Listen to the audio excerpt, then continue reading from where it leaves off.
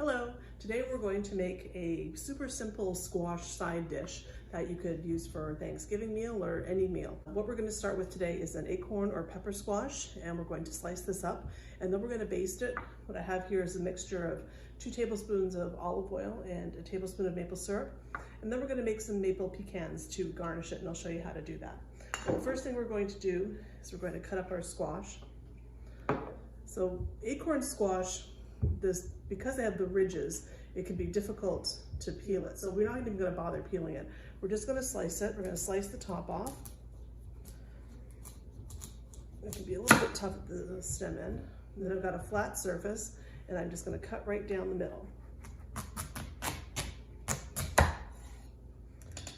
Then what I'm going to do is I'm going to scoop out the seeds, and then we're going to slice it. All right, I've scooped the seeds out of the squash, and now we're just going to cut it into slices. These slices are going to be about a centimeter thick, and just go right down with your knife. You want to try to keep them all close to the same width so they cook evenly. And then we're going to arrange these on a baking sheet that have been lined with some parchment. And we're going to season them just a little bit with some pepper.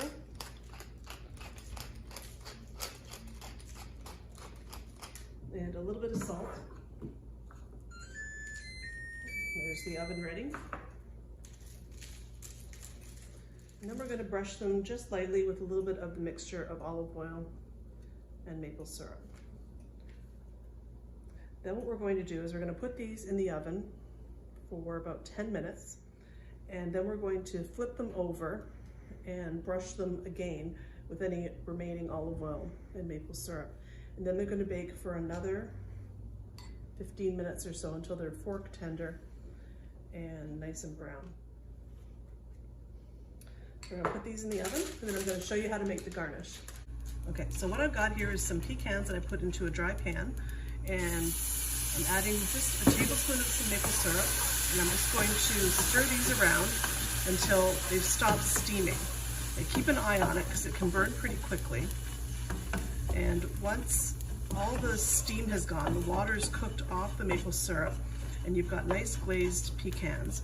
You can use these as a garnish for the squash, or you can use them to top salads or just as a snack.